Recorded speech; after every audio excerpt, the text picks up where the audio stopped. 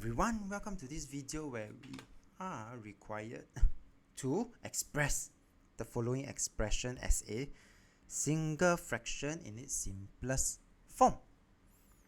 Okay, so at this point you would suddenly see me writing 1 not as 1 but 1 over 1.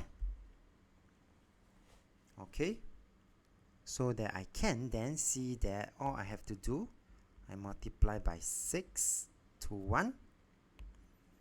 3, I just need to multiply by 2.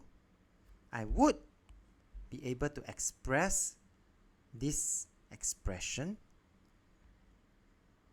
over 6, which is the common denominator. And that's what we do when we try to add or subtract fractions. The denominator must be common. And 6 times 1 will give me 6.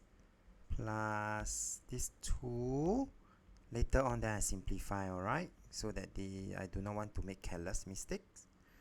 Minus 3 bracket x minus 1. Do make sure that the line for the fraction is extended. Again, everything is over 6. I still have my 6 down there. So at this point I would then multiply out. 2 times 2x will be positive 4x. This will give me negative 2.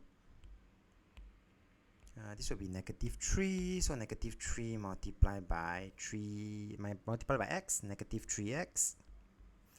Negative 3 multiplied by negative 1, positive 3.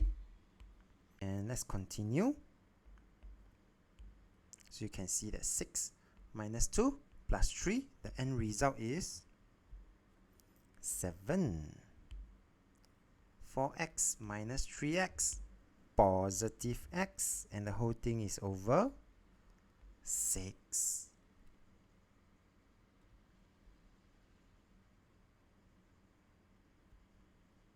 We have come to the end of this video. If you like this video, do give it a thumbs up. Thank you for watching and have a nice day. Do remember to subscribe as well.